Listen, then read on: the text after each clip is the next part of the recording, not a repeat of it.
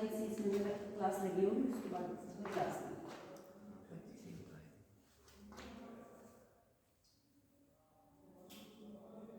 25 के बाद आएगी कहाँ है 25? 28 को भी तो है। हाँ इसको आया था क्या हुआ था इसको वही होती ना वो कंपटीशन। इसलिए क्लास में हाँ 28 तक आए थे शायद। आए थे। मटकी सजा वगैरह करवाया था। हाँ वही।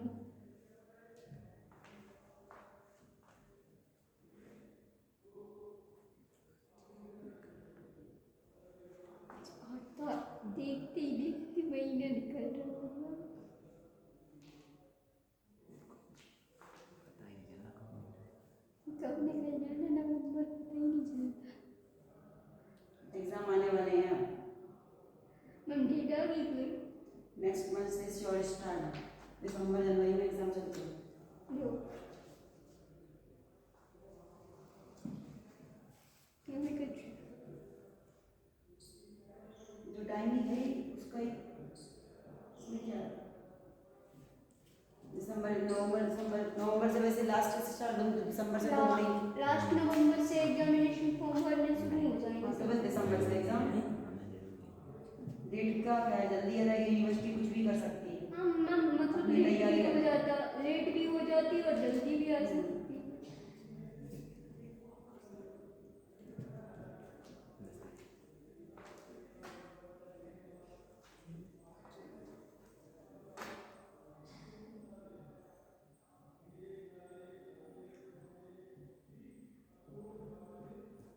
मैम आप रिवीजन कब से स्टार्टिंग करवा रही हैं?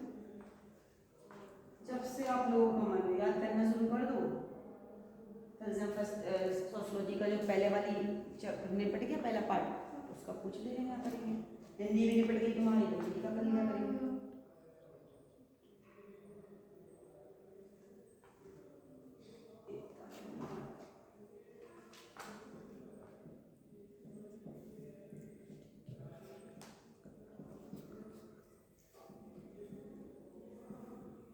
मैम डेली एक एक यूनिट खत्म मतलब एक एक यूनिट से जितने भी क्वेश्चन होंगे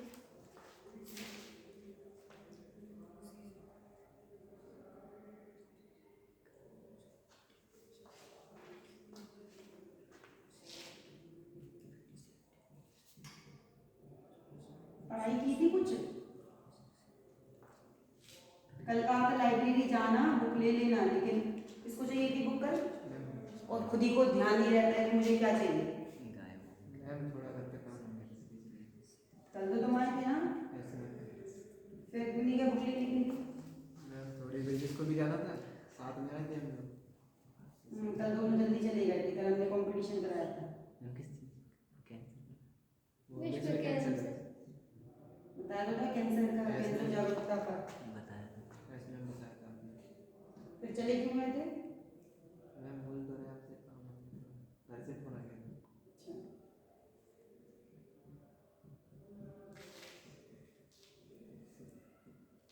नोट करते जाओ।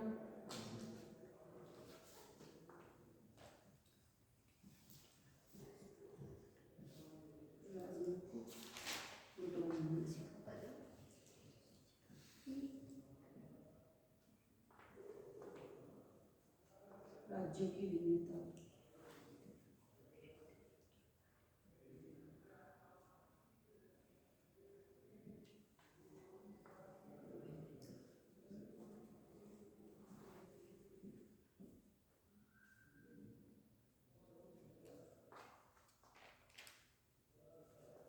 भाषाओं की भिन्नता,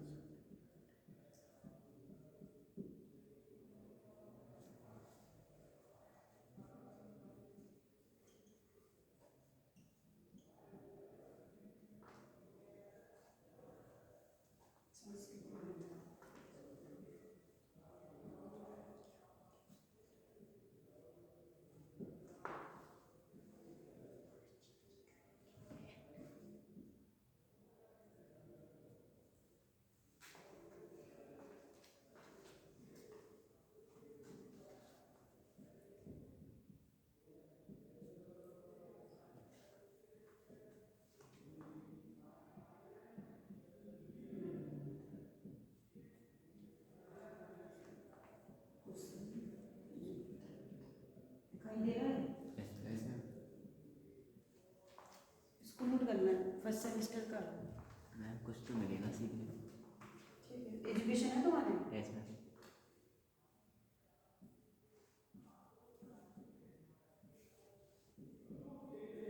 आपका क्या क्या है? हिंदी भी है और ज्योग्राफी है।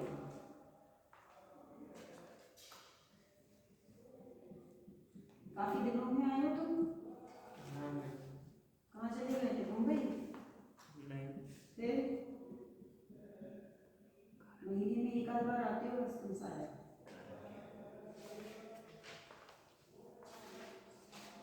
ये देखिए 4 दिन बोलो ये होता है पेपर आ रहे अब।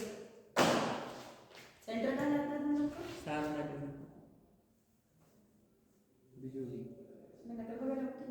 बिल्कुल नहीं होती नहीं मैम, हमें नहीं लेने दो उनकी क्लास तो कुछ भी वो करें। बाकी बड़े बच्चों को कराते हैं। खुद के बच्चों को कराते हाँ हैं? अपने दूसरे कॉलेज के बच्चों को? सही से घाटा में नहीं करें। सीखिए हर पेपर में क्लास चेंज कर दी मैम। ला नहीं कर देते ना। बढ़िया है सो सही तो अच्छे है। तो है खुद से कर। हमें तो सही है। मतलब हमारी क्लास में लड़कियां बैठी हुई होते सारे गरीब होते तो उनको कराते चीटिंग हमारे सामने। सामने फिर गुस्सा नहीं हम खुद भूल जाते करे करे। पहला हमारा चैप्टर क्या है? राष्ट्रीय एकीकरण के लिए शिक्षा। ये राष्ट्रीय एकीकरण से क्या समझोगे तुम? बताओ। राष्ट्रीय एकीकरण यानी क्या होगा? पहले समाज में सही शिक्षा होगी तो राष्ट्र तक पहुंच सकेगी। मतलब एकीकरण मतलब क्या होगा? एक होना, एकता की एक होना, एकता होना। एकता की सूत्र तो में बांधना मतलब कुछ। अब अगर राष्ट्र एक नहीं होगा तो एक सबसे बड़ी समस्या है, है ही ना। ठीक है? तो इसके लिए सबसे ज्यादा इन्होंने क्या बोला है कि राष्ट्र को एक करने के लिए शिक्षा शिक्षा की आवश्यक भूमिका या है। जरूरी। तो अगर हम समझेंगे कि स्वतंत्रता प्राप्ति के पश्चात सबसे समस्या क्या थी कि राष्ट्र को एक गुट मानना, क्योंकि मानना। अब देश फैल गया था, ऐसे। ठीक है? पाकिस्तान अलग हो गया, ऐसे। सब जगह अलग अलग हो गए। अब गुटबाजी नहीं है क्योंकि अब लोग एक नहीं है, लड़ाई झगड़े शुरू हो गए। तो ये सबसे विकराल समस्या थी कि राष्ट्र की एकता कैसे करें। तो इस समय क्या करना होगा? इसके लिए सबसे पहले देशवासियों में क्या होना चाहिए? प्रेम होना शिक्षा चाहिए। को प्रेम नहीं है तो लड़ाइए, एक दूसरे के लिए प्रेम होना, ठीक है? क्लास में बच्चों में अगर एक दूसरे के लिए प्रेम नहीं होगा तो एकता नहीं होगी। तो प्रेम, सहयोग और भ्रातृत्व और त्याग की भावना, ये राष्ट्रीय एकता के लिए महत्वपूर्ण अंग होते हैं, ठीक है? जैसे उन्होंने बताया कि परिभाषा, अगर हम राष्ट्र की परिभाषा समझे राष्ट्रीय एकीकरण की, का अर्थ है राष्ट्र के प्रति प्रेम, जिसमें जाति, क्योंकि जातियों के प्रति हमें लड़ाई नहीं करनी चाहिए, संप्रदाय, धर्म, भाषा, संस्कृति आदि सबको भूलकर हमें सबको अपने को एक समझना है। हमें ये कहना है कि तुम किस जाति के हो, हमारे लिए नहीं, किसी भी धर्म से प्रति नहीं, तो हमें सबको क्या कहना है कि हम सब एक हैं, ठीक है? तो ये हमारी इसमें आ जाएगी डेफिनेशन। राष्ट्र की एकता राष्ट्र के निवासी को एकता के सूत्र में आबद्ध करके एकता की भावना पैदा करता है। तो जो राष्ट्रीय एकता है वो क्या करता है? देशवासियों में उसको एक सूत्र में बांध के रखता है। अगर हम राष्ट्र के लिए एकता रखेंगे, सबसे यही कहेंगे कि मिलजुल कर रहो, तो ही राष्ट्र की एकता बनी रहेगी। वरना अगर हम एक दूसरे को भड़काते रहेंगे तो राष्ट्र की एकता है नहीं। और अगर राष्ट्र एक नहीं है तो फिर राष्ट्र का विकास भी नहीं होगा।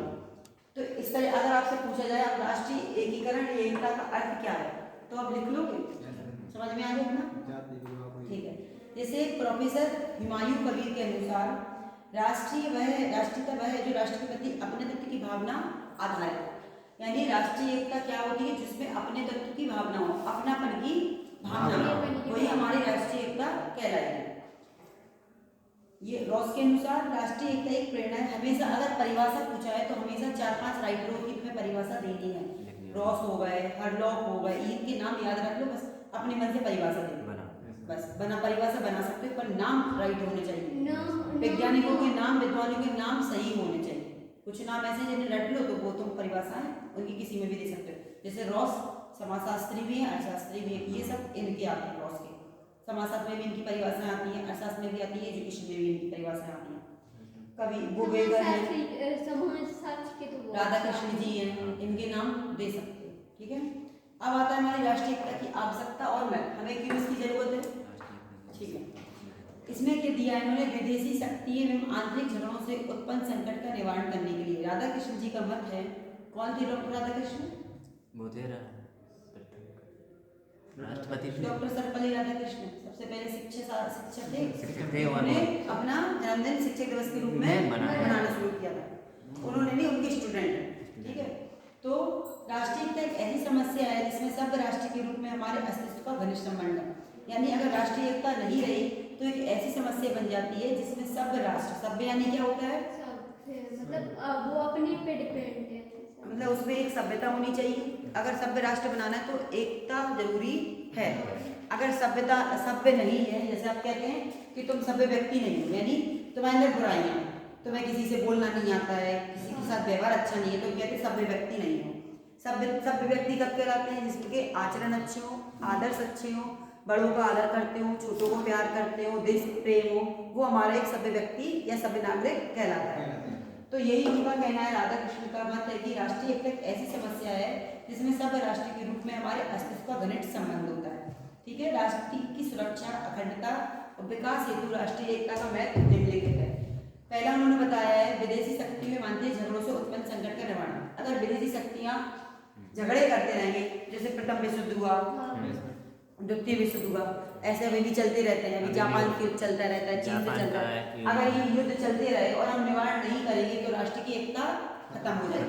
क्योंकि हम लोग अगर एकजुट होकर लड़ेंगे तभी विदेशों को हरा सकते हैं। और अगर हम बैठ गए, हम कहें हमें नहीं लड़ना है, भाड़ में जाए, तो संकट आ जाएगा और विदेशी हम पर फिर से अधिकार कर लेंगे। दूसरा आएगा विघटनकारी शक्तियों का दमन करके शांतिपूर्ण वातावरण तैयार करने के लिए। आपके जो G20 होते हैं तो उनमें यही तो समझौते दिए जाते हैं कि हमें कैसे विदेशी संकटों से बचना है, आने वाली परेशानियों से कैसे बचना है, हम कैसे सुझाव पेश कर सकते हैं, कैसे इनसे निपटारा कर सकते हैं और भारत में शांति स्थापित कैसे कर सकते हैं। ये इन सब में ये चीजें चलती हैं। राष्ट्र की स्वाधीनता, सम्मान, हितों की रक्षा के लिए राष्ट्रीयकरण की आवश्यकता इसलिए पड़ती है कि हमें राष्ट्र में क्या करना है, उनकी स्वाधीनता यानी स्वतंत्रता बनाए रखना। अगर स्वतंत्रता नहीं होगी तो व्यक्ति कैसे हो जाएंगे, पराधीन, यानी उन्हें जकड़ लिया गया है। राष्ट्र की संस्कृति, हम अपने भारत की संस्कृति बचा के रखेंगे तो वही तो राष्ट्रीय एकता होगी। हम अपनी संस्कृति को अगर नुकसान पहुंचाएंगे तो हम एक सभ्य नागरिक भी नहीं है, क्योंकि हम भारत के लिए, भारत की नहीं सोच रहे। तो हमें अपने पहले संस्कृति बचानी होगी, ऐतिहासिक धरोहरों को रक्षा करनी चाहिए। तो ये हमारे राष्ट्र की संस्कृति होती है। इन्हीं को देखने के लिए तो विदेशी लोग आते हैं। अगर ये चीजें नहीं रहेंगी तो विदेशियों को कैसे पता चलेगा कि हमारे भारत में क्या क्या कल्चर है। तो इनको हमें सेफली रखना चाहिए, इनको नुकसान नहीं करना चाहिए। सामाजिक कुरीतियों, अंधविश्वासों, रीति रिवाजों और विभिन्न प्रकार की असमानताओं को दूर करने के लिए राष्ट्रीय एकता की महत्व ये भी है कि हमें कुरीतियों को बचाना है। कुरीति कौन कौन सी होती हैं, अंधविश्वास कौन कौन से होते हैं, कई प्रकार के बाल विवाह जैसे सतीप्रथा, बाल विवाह, शिक्षा पर जोर देना, महिलाओं को शिक्षा के लिए अग्रसर करना। ठीक है, लोग कहते हैं कि पुरुष प्रधान देश है, पुरुषों की सुननी चाहिए, महिलाएं कुछ भी नहीं है। तो ये सब पुरानी रीति रिवाज, अंधविश्वास, ऐसा नहीं। अब सब समान। बच्चियों कहते हैं बच्चियों को पढ़ने का अधिकार नहीं दिया जाना चाहिए, लड़कियों को नहीं पढ़ाना, उनको घर के काम सिखाओ, बस ऐसा नहीं है। बाल विवाह रोकना, बच्चों की जल्दी शादी नहीं करना, तो इन सब तरीके से हमें अंधविश्वास को रोकना चाहिए। तो ये सब कुरीतियों को हमें दूर करना है। समाज के लोगों के जीवन स्तर को सुधारने के लिए उचित वातावरण का निर्माण करना। अगर हमें लोगों का जीवन स्तर सुधारना है तो हमें वातावरण भी शुद्ध करना चाहिए, पॉल्यूशन कम करना चाहिए। ठीक है, वातावरण सही होगा तो व्यक्ति भी सही होगा, आने वाली पीढ़ी भी सही होगी।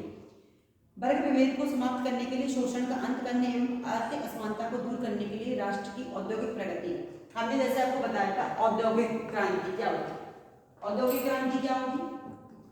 औद्योगिक क्रांति एक ऐसी चीज है जो राष्ट्र की प्रगति के लिए लाभकारी है। कैसे? इससे कृषि व्यापार बढ़ेगा। औद्योग का मतलब होता है इंडस्ट्री। ठीक है, फैक्ट्रियों का मतलब। तो फैक्ट्री अगर आएंगी, मशीनें आएंगी तो हम और अच्छा व्यापार करेंगे, उत्पादन हमारा बढ़ेगा। ठीक है, अगर उत्पादन बढ़ेगा तो आर्थिक जो परेशानी है वो दूर हो जाएगी। तो आर्थिक असमानता दूर हो गई इंडस्ट्री से। दूसरी बात, उससे लोगों का जीवन स्तर भी सुधरा, लोगों को व्यापार मिला, उन्हें रोजी रोटी मिली। और दूसरी बात, भारत के में जो उत्पादन बढ़ेगा वो दूसरे देशों से क्या करेगा, आयात निर्यात करेगा। आयात निर्यात होगा तो पैसे मिलेंगे, चीजों की हमारे यहाँ पे जो कमी है वो हम पैसों से दूर करेंगे। जो हमारे भारत में चीजें नहीं होती हैं और हमें जरूरत है तो हमें पहले जो हमारे यहाँ पर व्यापार, जो हमारे यहाँ पर उत्पादन है उसको हम बढ़ाएं, उसके बदले हम दूसरी चीजें ले तो हम दूसरों को भी ये दूर कर सकते हैं। इसलिए हमारे यहाँ पे सोना क्यों महंगा है? क्योंकि सोना की खदानें हमारे यहाँ पे नहीं है, ये बाहर से आता है, टैक्स लगता है। दूसरी बात, पेट्रोल महंगा है क्योंकि इसकी बाहर से आता है। रूस तो से। इन सब चीज को अगर हमें सस्ता करना है तो हमारे यहाँ का जो माल विदेशी लेते हैं महंगा बेचते हैं। उनको और बेचें और महंगा बेचें, तो हमें पैसा मिलेगा तो हम आर्थिक असमानता दूर कर करेंगे। सकते हैं। ठीक है। वर्ग विभेद को समाप्त करने के लिए शोषण क्रांति यानी क्या होता है, जैसे किसी का शोषण हो रहा है, मान लो बच्चों के लिए हमने कहा कि सरकार ने भी किया निःशुल्क शिक्षा करो, कितने साल तक के बच्चों की अब निःशुल्क हो गई, 14 साल तक के लिए। अब 6 से 14 साल तक के बच्चों को निःशुल्क शिक्षा देनी है, हम फीस नहीं लेंगे। सरकारी स्कूलों की बात हो रही है, प्राइवेट में तो देते ही हैं, पर कहीं कहीं अभी भी बच्चों को नहीं पढ़ाया जाता, उनसे काम कराया जाता है, उनका शोषण होता है, ये शोषण कहलाते हैं। ठीक है। महिलाओं का शोषण होता है, बच्चियों का शोषण होता है, जबरदस्ती उनको ब्याह कराया जाता है, उनकी जो पढ़ने की उम्र है उनको जबरदस्ती शादी करा दी। अगर उनको पढ़ने दिया जाए तो वो कुछ करेंगी ना। कई बच्चियां खेल में एक्सपर्ट होती हैं, कई साइंटिस्ट बन जाती हैं। जितने ज़्यादा बच्चे पढ़ेंगे उतनी ज़्यादा हमारे देश की तरक्की होगी। तो इन सब पे क्या करना चाहिए, हमें इनको अंत करना चाहिए। बंद करना ठीक है। चाहिए, जागरूक करना चाहिए। राष्ट्र की सभी संस्कृतियों से सहयोग एक सामान्य राष्ट्रीय संस्कृति के विकास के लिए, हमें राष्ट्र की संस्कृति बनानी है तो हम एक समान संस्कृति रखें। ठीक है। ऐसा नहीं कि हम विदेशी संस्कृति को अपनाएं तो हमारी संस्कृति विलुप्त हो जाएगी, फिर जो हमारी संस्कृति है वो लोग नहीं पहचानेंगे। तो इन संस्कृति को बचाने के लिए एक संस्कृति अपनानी होगी। सामाजिक चिंतन, सही एवं स्पष्ट निर्णय की क्षमता से युक्त नागरिकों के संतुलन व्यक्तित्व का निर्माण करने के लिए, अगर हमें व्यक्तित्व का निर्माण करना है, अगर व्यक्तित्व का निर्माण सही होगा तो वो सही डिसीजन ले पाएगा। ये शिक्षित होंगे जब तो ले ठीक है। पाएंगे। शिक्षित के द्वारा ही होगा, शिक्षा के द्वारा ही व्यक्तित्व का निर्माण होगा। अगर व्यक्ति का निर्माण सही नहीं है तो वो डिसीजन गलत लेगा, चिंतन सही नहीं कर पाएगा, जो हमारे राष्ट्र के एकीकरण में बाधा उत्पन्न होगी। ठीक है। ये आ गए आपके कौन से थे, मैथ बता दिया हमने। अब आएगा हमारी बाधा, जो बाधाएं क्या क्या आती हैं, जैसे ऐतिहासिक आधार पर समस्या। ऐतिहासिक आधार क्या होगा बताओ, अभी बताया था। लड़ाई, शिक्षित नहीं होंगे तो लड़ाई। ऐतिहासिक आधार मतलब सम्राट अशोक, ये सब क्या चाहते थे, देश एक रहे, राष्ट्र की एकता हो। अशोक ने कई अच्छे काम किए। ठीक है। जैसे जब कलिंग का युद्ध हुआ तो उसमें जब 5,000 लोग मारे गए थे, तो 1 लाख के समथिंग भी होंगे, शायद लाखों लोग मारे गए थे, तो उसके हृदय पे गहरा आघात पहुंचा। तो उसने कहा मेरे युद्ध की वजह से कितने बच्चे अपने माँ बाप के बिना रह गए हैं, कितनी महिलाएं रह गई हैं। तो उन्होंने उनके जो कलिंग के युद्ध पर उनके गहरा आघात पड़ा था, इसलिए उन्होंने फिर युद्ध छोड़कर बौद्ध धर्म अपनाया था और लोगों को एकता के सूत्र में बांधने का प्रयास किया। ठीक है। उनका यही अब सपना था कि सब एक रहें, भारतवासी एक हो, एक दूसरे से मिलजुल कर रहें, ये उनका सपना था। तो इतिहास इस बात का गवाह है कि महान सम्राट अशोक अकबर ने भी हिंदू मुस्लिम को एक करने के लिए कई वो काम किए, जैसे दीन इलाही की स्थापना की। दीन इलाही में ये था कि हिंदू मुस्लिम एक हैं। उन्होंने एक सिक्का भी चलवाया था जिसमें एक तरफ हिंदू से अकबर लिखा था, दूसरी तरफ मुसलमान की वर्ण शब्दों में अकबर लिखा था। तो उन्होंने हिंदू मुस्लिम को एक समझा, एक ऐसा राजा था जिसने हिंदू मुस्लिम में असमानता नहीं, भेदभाव नहीं किया। तो इनका मतलब क्या था कि राष्ट्र की एकता को लाने का प्रयास किया। ठीक है। इसी किंतु पूर्ण एकता नहीं हो पाई, लेकिन क्या हुआ, उनके जब तक हो रहा है ठीक है, लेकिन जो आने वाली पीढ़ी है वो नहीं कर रही है। 3-4 बाद में डालेंगे, वीडियो तो चल रही है ना। ठीक है। तो उनका काम क्या था कि राष्ट्र की एकता आना चाहिए। ठीक है। विभिन्न समाज सुधारकों और धर्म प्रचारकों ने समूचे राष्ट्र को एक रूप देने का प्रयास किया, लेकिन आपने काम किया तो आप तक तो सही है, लेकिन जब आपके बाद जो आएगा सर काम करने वाला उसको नहीं करना, तो उनका आपका सपना अधूरा रह गया। क्योंकि हम चाहते हैं कि हमेशा एकता बनी रहे। तो अभी भी अंग्रेजों के शासनकाल में भी भारत ने अनेक राज्यों में एकीकरण की करने का प्रयास किया। ठीक है। अंग्रेजों के शासनकाल में भारत के जो क्रांतिकारी थे वो भी यही चाहते थे एकता रहे। कई क्रांतिकारियों ने काम भी किया है, अंग्रेजों से लड़ने का काम किया है। 1857 की क्रांति में कई लोगों ने भाग लिया था, क्योंकि वो क्या चाहते थे, भारत एक रहे, अंग्रेजों से गुलाम ना रहे। तो यही 1947 तक चलता रहा और देश आजाद हुआ, लेकिन अभी भी एकता नहीं है, अभी भी एकता नहीं है। तो यही सपना अधूरा रह गया है और यही हमारे ऐतिहासिक आधार की समस्या। ऐतिहासिक आधार यानी पुराने इतिहास से चली आ रही समस्या। आगे समझ गए ये पॉइंट। ठीक है। दूसरा आता है धर्मों की प्रधान विविधता। एक तो हमारे भारत में अलग अलग धर्म है, तो इसको ये लेकर विद्रोह होते रहते हैं। कोई कहते हैं हिंदू धर्म महान है, तो कोई कहता है मुस्लिम धर्म महान है। कोई ईसाई लोग भी इतना नहीं है, लेकिन हिंदू मुस्लिम में सबसे ज्यादा लड़ाई झगड़े होते रहते हैं। तो देश में हिंदू मुस्लिम ईसाई बौद्ध आदि सर्व धर्मावलंबी के कारण सांप्रदायिक दंगे होते रहते हैं। परिणाम तो देश को भारी उठानी पड़ती है। जब दंगे होंगे लोगों का मरना तय है, वाहनों का वाहन खर्च होंगे, ठीक है, यातायात में परेशानी आती है, कहीं दंगे हो गए तो वहाँ ट्रैफिक हो गया, अब जो जा रहे हैं उनको दिक्कत आ रही है, तो ये काफी परेशानी है। किसको लेकर? सिर्फ धर्म को लेकर। मैम बॉडी तो ये कही है, फिर लड़ती क्यों? धर्म में क्यों लड़ते ये लोग? अब वो उनको ये लगता है कि हमारा धर्म सही है, हमारा धर्म चलना चाहिए, वो तुम कहो रहे नहीं हमारा धर्म सही है, हमारा धर्म चलना चाहिए। तो इसमें क्या होगा? मतभेद होगा, इससे देश का नुकसान है। तो देश का नुकसान, देश के साथ साथ क्या होगा? दूसरों को भी नुकसान।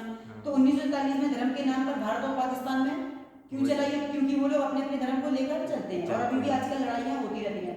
कई लोग जो पाकिस्तानी थे, जब देश आजाद हुआ, पाकिस्तान कब आजाद हुआ था?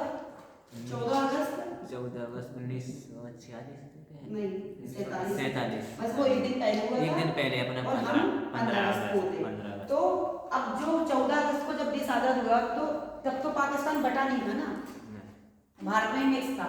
लेकिन जब आजाद हुआ तो उन्होंने कहा अब पाकिस्तान की सीमा अलग हो गई, तो यहाँ पे भी अभी हिंदू रह रहे हैं और यहाँ पे भी पाकिस्तानी रह रहे हैं। अब उन्होंने कहा जब बट गया है तो अपने अपने जाओ।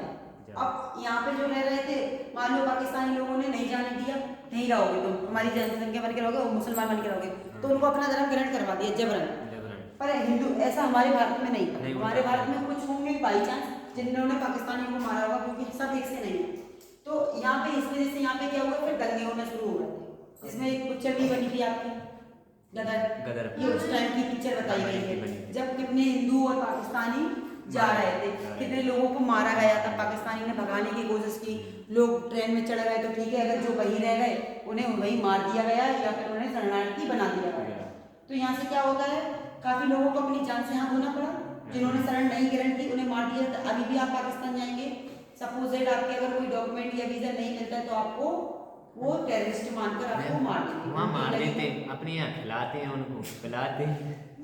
तो भारत में ही तो है, अपना भारत दयावान हृदय, और वहाँ दयावान की कोई कीमत ही नहीं है। वहाँ तो तुम्हें सीधा निपटा देंगे और बुरी से बुरी मौत देने का प्रयास करेंगे। कि तुम देखते ही हो, तो हिंदू मुसलमानों का विरोध स्पष्ट रूप से दिखाई देता है। जब तक हम धार्मिक उदारता नहीं बरतेंगे और धर्म के नाम पर झगड़ा करते रहेंगे तो क्या होगा, धर्मनिरपेक्षता से क्या होगा, धर्मनिरपेक्ष का प्रॉब्लम रहेगा और हृदय से नहीं अपना। यानी कि हमें क्या करना है, सभी धर्मों को एक समान लेके चलना, लड़ाई झगड़े नहीं करना।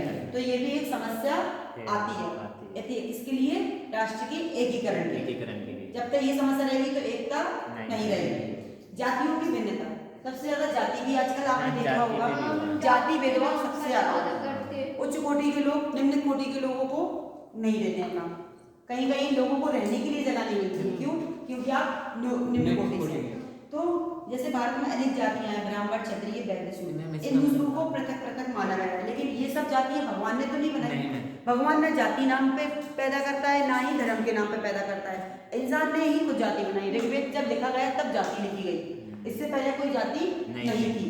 जब आपके गीता ये सब चल रहे थे तब कोई जाति नहीं थी। लेकिन जब ऋग्वेद की रचना हुई तो इन्होंने जाति लिखी। तो ऋग्वेद लिखने वाले कौन है? मनुष्य। जो कृषि ऋषि देवपायन वेदव्यास थे, उन्होंने तो ऋग्वेद की है, तो वो भी तो एक मनुष्य थे, भले ही वो गुरु जी थे, पर उन्होंने ये जो वेद की रचना की तो उन्होंने इंक्लूड किया। तो यहाँ से जातिवाद फैलाना शुरू हुआ और फिर धीरे धीरे ये बढ़ता गया। तो इसमें क्या होता है, इसमें जातिवाद के चक्कर में देश के प्रति कर्तव्य को लोग भान नहीं सकते। अब उन्हें जाति रख दिया तो लोगों को उस हिसाब से काम देंगे। अब जो भले ही उस काम को कर लेता है लेकिन उसको जाति की देखकर नहीं दे रहे, ठीक है। आप भले ही एजुकेशन में अच्छे हायर हैं, आपने अच्छी पढ़ाई कर ली, लेकिन अगर आपकी जाति निम्न है तो आपको उसमें रखेंगे नहीं, क्योंकि आप जातिवाद आ गया।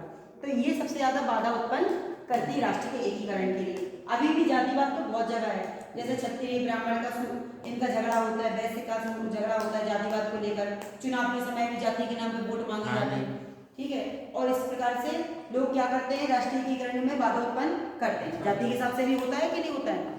आप कहीं भी बाहर काम करने जाएंगे, अगर वहाँ पे ब्राह्मण लोग ज्यादा रह रहे हैं और आपने कह दिया हम ऐसे से, तो फिर शायद ही मुश्किल है कि आपको हटा ही देंगे, चाहे आप में कितनी भी क्वालिफिकेशन हो, आप कितने भी एक्सपर्ट हो, नहीं देंगे। तो जातिवाद सबसे ज्यादा राष्ट्रीय एकता में बाधा उत्पन्न करता है। इसमें सरकार को नियम बनाना चाहिए कि बस सरकार तो सब करती है, पर जो मनुष्य की मेंटलिटी सरकार ने तो अभी भी आपका संविधान क्यों लिखा है? अगर संविधान नहीं लिखता तो आज आप पढ़ने स्कूल में बैठने ही नहीं देते आप। नहीं बैठने देते। ठीक है, संविधान के द्वारा ही आज लोगों को उठाया गया। अगर वो नहीं करते, वो यही सोचते हमें क्या करना है, हमें थोड़ी ना पूरी जनता में खाने के लिए देगी।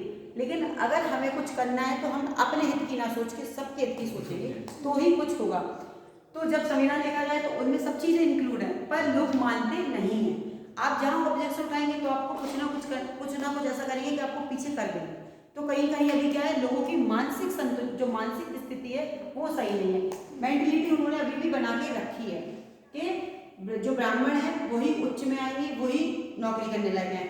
आप देखते हो जब आपकी जॉब भी निकलती है तो सबसे ज़्यादा सीटें जनरल की होती है। किसी भी जॉब में देखना, अगर जनरल की यहाँ 250 सीटें होंगी, ओबीसी की मान ली 100 हो गई, अब एससी की इन्होंने 50 दे दी और एसटी की इन्होंने 35 दे दी। अब यहाँ पे 250 सीटें तो जनरल की भरी जाएंगी। अब एससी के मान लो बच्चे बहुत हैं और 50 ही सीट ले रहे, जबकि जरूरत ज़्यादा को है, लेकिन उन्होंने पहले से वैकेंसी कम कर दी। कहीं कहीं तो एससी की वैकेंसी ही नहीं दिखाई देगी, 1 या 2 वैकेंसी दे देंगे और कैंडिडेट अगर 50 है एससी के तो 1-2 में कितना उनका कंपटीशन। और यहाँ पे इन्होंने 250 दे दिए और मान लो ब्राह्मण 250 हुए ही नहीं, यहाँ पे मान लो 100 ने एग्जाम दिए तो वो तो वैसे और सिलेक्ट हो 250 जाएंगे। सीटें तो वैसे ही उन्हें भर लिया जाएगा।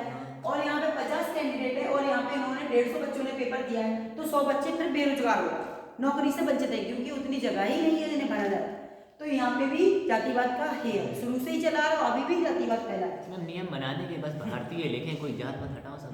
तो वो सरकार को करना चाहिए। ठीक है, राष्ट्रनीति गुटबंदी। अब यहाँ पे राष्ट्रनीति गुटबंदी में क्या आएगा, क्या आएगा राष्ट्रनीति गुटबंदी में? एक रहना गुटबंदी।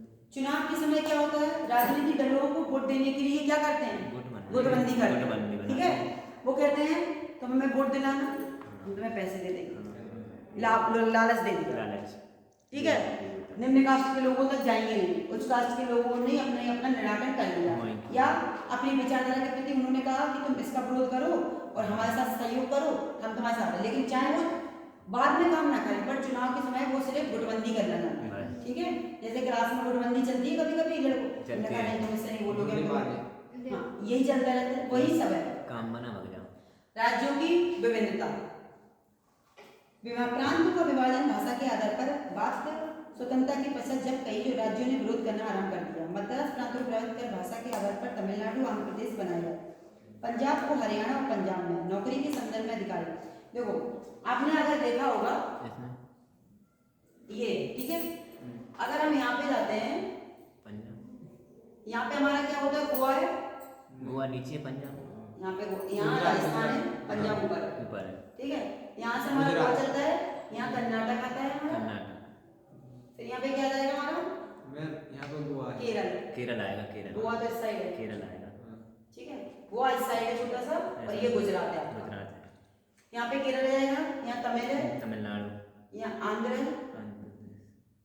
ठीक है, पहले ये सब मिले थे, केरल अलग है यहाँ पे आपकी श्रीलंका है छोटी सी, ये कर्नाटक।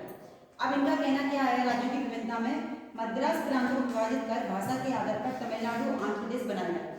तमिल में तमिल भाषा चलती है, आंध्र प्रदेश में भी वही भाषा है, तेलुगु चलती है, केरल में मलयालम भाषा चलती है, तो कर्नाटक में भी यही भाषा चलती है। ठीक है, कन्नड़ वाली। अब इन्होंने भाषा के आधार पर ही इन्होंने बांट दी, क्योंकि वो भाषा एक्सप्लेन करने में असमर्थ है, तो इन्होंने भाषा के आधार पर मद्रास प्रांत। अब मद्रास किसमें आ जाएगा हमारा, मध्य प्रदेश काय को आएगा मध्य प्रदेश में, कर्नाटक की कैपिटल क्या है, बेंगलोर, कर्नाटक, हाँ बेंगलोर। ठीक है, तो तो केरल की क्या होती है हमारी, तिरुवनंतपुरम हो गई, तमिलनाडु की चेन्नई, आंध्र प्रदेश की हैदराबाद। तो मद्रास कहाँ आएगा, कर्नाटक में कैसे आता है, मद्रास यहीं कहीं आता है कर्नाटक से, लेकिन इसमें वहीं पे आता है। ठीक है, तो इनसे बटा हुआ। अगर हम देखें तो गुजरात की हमारी क्या होती है, गांधीनगर, और पंजाब की हरियाणा, चंडीगढ़, हाँ चंडीगढ़, हरियाणा की भी चंडीगढ़, दिल्ली की दिल्ली है। ठीक है, और मध्य प्रदेश की भोपाल हो गई, उत्तर प्रदेश की हो गई, बिहार की हो गई, छत्तीसगढ़ की रायपुर हो गई, और झारखंड की रांची हो गई, बिहार की पटना हो गई। तो यहाँ मद्रास हमारा यही साइड आया है, यहाँ से। तो यहाँ पे लैंग्वेज मिल जाएगी। तो उन्होंने भाषा के आधार पर तमिलनाडु आंध्र प्रदेश को अलग बना दिया। अब तमिलनाडु आंध्र प्रदेश अलग है, पहले यहीं पे बना था, और अब आंध्र प्रदेश से जो हमारा तेलंगाना आ रहा है उसको भी कर दिया। पहले ये जुड़ा था, अब इन्होंने अदर स्टेट तेलंगाना को कर दिया गया है। तो पंजाब को हरियाणा और पंजाब से, इनकी कैपिटल भले ही एक है पर अलग अलग स्टेट कर दिए गए। नौकरी के संदर्भ में भी अधिकारी पर अपने ही प्रदेश के व्यक्ति को प्राथमिकता देते हैं। क्यों? क्योंकि भाषा की, क्योंकि वो राज्य को देखते हैं। जैसे अगर हम जॉब के लिए आते हैं तो पहले क्या कहते हैं, स्टेट को प्रायोरिटी, यानी जो स्टेट का होगा उसको पहले देंगे, या प्राथमिकता जो नजदीक का होगा उसको प्राथमिकता देंगे। भले ही आप सब कुछ जानते हो, उससे उन्हें मतलब नहीं है, आप उसी राज्य के हो तो आपको प्रायोरिटी पहले है जॉब के लिए, प्राथमिकता ये दी जाती है। इस प्रकार प्रादेशिक की भावना अधिक बढ़ गई है। तो इससे क्या होगा, अब लोग यही सोचेंगे जब हमें प्रायोरिटी है ही तो हम क्यों जाए, क्योंकि वो तो उन्हीं को बनना है उन्हें। अब जब वहीं के लोग इतने हो रहे हैं तो हमारे जाने का कोई फायदा ही नहीं है। तो यहाँ पे राष्ट्रीयकरण के में क्या होगा, लोगों को प्राथमिकता अगर उनकी राष्ट्र की देंगे तो लोगों का मनोबल और गिरेगा। तो ये क्या होती है, एक समस्या, ठीक है। फिर है संस्कृति की समस्या में क्या आ जाएगा, संस्कृति को लेकर चलती है, क्योंकि संस्कृति हम अपने अपने लोगों को अपनाते हैं। तो यहाँ पे क्या होता है, एक लोगों की बाधा आ जाती है। कैसे आ जाएगी कि विश्व के किसी भी कोने में चला जाए भारतीय नागरिक को अलग ही पहचान मिल जाती है, क्योंकि भारतीय नागरिक अलग ही होगा। अब अगर आप कहीं भी ऐतिहासिक धरोहर घूमने जाएंगे तो आपको फौरन अलग पहचान में जाएंगे। जो विदेशी लोग, उनका पहनना अलग है, बोलना ही अलग है, चलना अलग है, और हमारा अलग ही होगा, हम अलग ही दिखाई देंगे अपने रंग में, बोलने के तरीके, चलने के तरीके। आर्थिक असमानता में क्या होगा, कैसे आर्थिक असमानता होगी बताओ? अलग अलग चेंज होगी ना आर्थिक स्थिति। आर्थिक स्थिति कैसे, हम कैसे कह सकते हैं कि आर्थिक विभिन्नता है? अगर हमने एक ऑफिस ले लिया जहाँ कर्मचारी हैं तो वहाँ पे आर्थिक असमानता देखने को मिलती है या नहीं? लैंग्वेज चेंज होगी। कैसे बताओ? क्योंकि जो उच्च स्तर पे होगा उसकी सैलरी ज़्यादा होगी, चपरासी की सैलरी कम होगी। तो जैसे देश में अमीर गरीब के बीच गहराई खाई है, देखा ही है।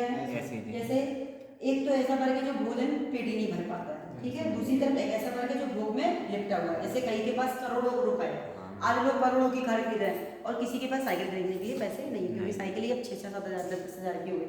कहाँ पहले 1000 में साइकिल आती थी, अब 5-6 हज़ार से तो बच्चों की स्टार्टिंग है, तो बड़ों की तो 10-10 की मान लो। तो अब क्या होगा, यहाँ पे यदि चपरासी को 500 वेतन मिलता है और किसी अधिकारी को 5000 वेतन मिलता है, तो बैंक के चपरासी को 1500 मिलता है और MA के अध्यापक को 700 या 800 रुपए।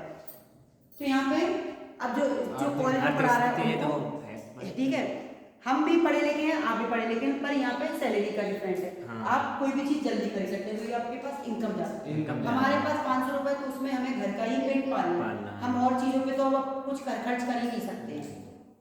इन सभी असमानताओं के कारण राष्ट्र में आर्थिक असमानता पैदा हो जाती है और राष्ट्र की स्वतंत्रता को जीवित रखने के लिए आर्थिक संतुलन बनाए रखना चाहिए। यानी हमें सैलरी इतनी रखनी चाहिए कि जो भी काम कर रहे हैं वो अपने घर के पेट का चला सके या भोजन मतलब लोगों को इकट्ठा कर सके, जो उनके घर में रहने वाले सदस्य हैं उनका पेट पाल सके, ठीक है।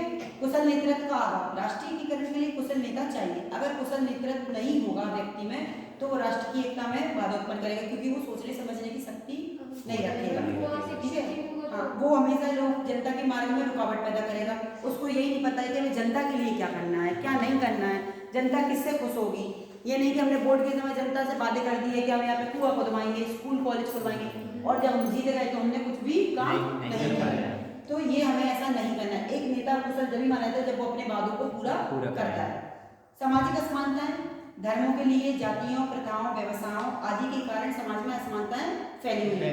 अगर ये असमानता से किसी में जाति के आधार पर फैली असमानता है तो कहीं धर्म के आधार पर, कहीं आर्थिक रूप से, तो कहीं व्यवसाय के रूप से। व्यवसाय के अकॉर्डिंग हमने लेबर को भी हम 8 घंटे 12 घंटे काम कराते हैं पर उस हिसाब से उसको पैसे नहीं देते।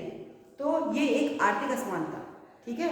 सरकार ने तो कई नीतियां निकाली हैं लेकिन हम जो कर्मचारी हैं वो हम जनता तक नहीं दे रहे हैं, तो ये आर्थिक असमानता फैल रही है क्योंकि बेरोजगार रहेगी तो फिर लोग पेट पूजा कैसे करेंगे। तो ये सब क्या होते हैं, राष्ट्रीय हित में बाधा उत्पन्न करती है। इतने आ रहे टॉपिक। पहले इसका रहेगा राष्ट्रीय एकता की शिक्षा और राष्ट्रीय एकता का पाठ्यक्रम, वैसे आज ही हो जाएगा, दोबारा बताइए। राष्ट्रीय एकता के लिए किए गए प्रयास क्या क्या होते हैं। अब जैसे हमें राष्ट्रीय एकता में शिक्षा करनी है और हमें इसके प्रयास क्या क्या करने चाहिए। एक आता है राष्ट्रीय एकता की गोष्ठी। गोष्ठी यानी क्या होती है, बोलो। पता ही नहीं है गोष्ठी। गोष्ठी यानी सेमिनार, लेक्चर अटेंड करवाना, मतलब लेक्चर देना, समझाना। हाँ समझाना। जैसे मैंने कहा कि ये गोष्ठी हो रही है, हमने एक आयोजन किया है जिसमें सभी लोगों को आना अनिवार्य है, ठीक है। उस गोष्ठी में क्या करते हैं, नेशनल इंटीग्रेशन सेमिनार। राष्ट्रीय गोष्ठी का मतलब होता है एक सेमिनार अटेंड करवाना जो कॉलेजों में चलता है। इसमें हम क्या करते हैं, विश्वविद्यालय अनुदान आयोग ने राष्ट्रीय एकता के महत्व को स्वीकारते हुए एक गोष्ठी का आयोजन किया था 1958 में 1958 में, ठीक है, जिसमें शिक्षा द्वारा राष्ट्रीय एकता को सुदृढ़ बनाने के लिए बल दिया। आपने देखा होगा एक राष्ट्रीय एकता के लिए कई जगह नारे लगाए जाते हैं, बैनर लगवाए जाते हैं, प्रचार किया जाता है, तो ये सब उत्सव मनाए जाते हैं और इसमें लोगों को बताया जाता है कि हमें सांप्रदायिकता की भावना को रोकना चाहिए। संप्रदाय मतलब लड़ाई झगड़े नहीं करना चाहिए, तो ये सब हमें समझाना है। दूसरा क्या आता है, राष्ट्रीय एकता की समिति। समिति माने कमेटी, कमेटी बनाई और समझाना, ठीक है। कमेटी में हम क्या करेंगे, कमेटी बनाई थी 1 जून 1961। इसका है राष्ट्रीय एकता समिति, हिंदी में लिखते हैं राष्ट्रीय एकता समिति, और ये ऊपर था राष्ट्रीय एकता गोष्ठी। पहला गोष्ठी को समझ में आ गया, एकता गोष्ठी थोड़ा सा बदलिएगा। ये 1958 में बना था और ये 1 जून 1961 में। इसमें क्या किया गया, ये हुआ था हमारा, इसका किसने करा था 1958 में, विश्वविद्यालय अनुदान आयोग यूजीसी, ठीक है, विश्वविद्यालय अनुदान आयोग। और ये इसका लिखो, इस समिति का गठन इंदिरा गांधी की अध्यक्षता में हुआ। किसका, समिति का, ठीक है, जिसकी और इस समिति के अनुसार शिक्षा का उद्देश्य राष्ट्रीय एकता का प्रचार प्रसार करना तथा सुझाव देना और राष्ट्रीय दृष्टिकोण को विकसित करने के लिए सुझाव देना। फिर आता है तीसरा मुख्यमंत्री सम्मेलन, ये भी लगते हैं।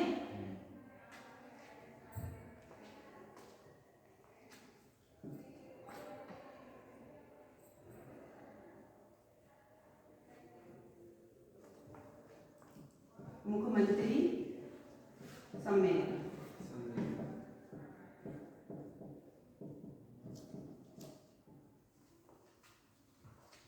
10 अगस्त से 12 अगस्त 1961, 10 अगस्त से 12 अगस्त 1961 पंडित जवाहरलाल नेहरू की अध्यक्षता में।